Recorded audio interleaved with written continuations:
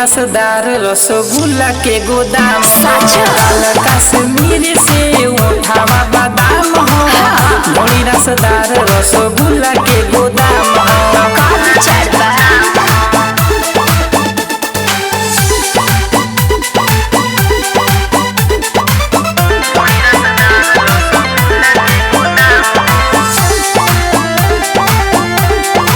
Music by Manish Sharma.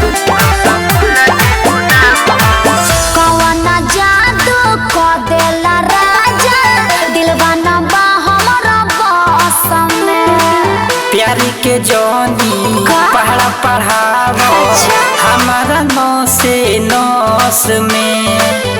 अरे काहे पगला बड़ा कवना जादू को देला राजा दिलवाना बा हमरा बस में। प्यारी के जोनी पहाड़ा पढ़ावो हमारा नौस से नौस में। अरे दिलवा दीवाना हो जाए तो केकरा से कहब काम हो। गल कश्मीर से कहो उठावा बादाम हो।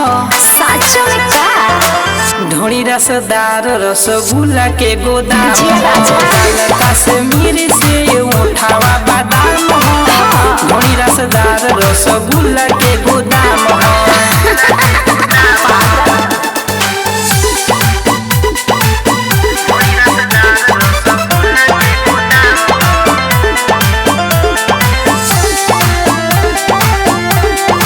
Music by Manish Sharma.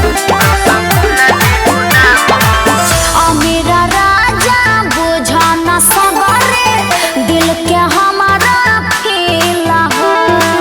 से कसी तोहा फिगर देखी के अच्छा। बहुत मोर मुश्किल हो।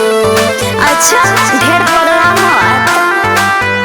ए अमीरा राजा बुझा न सबरे दिल के हमारा फील हो। से कसी तोहा फिगर देखी के बहुत मोर मुश्किल हो। अरे रवि राजा ताजा तना हाजी दूरे से प्रणाम। हाँ गल कश्मीर से का बोला उठावा बादाम हो। ढोली रसदार रसगुल्ला के गोदाम गल कश्मीर से उठावा बादाम हो। ढोली रसदार रसगुल्ला के गोदाम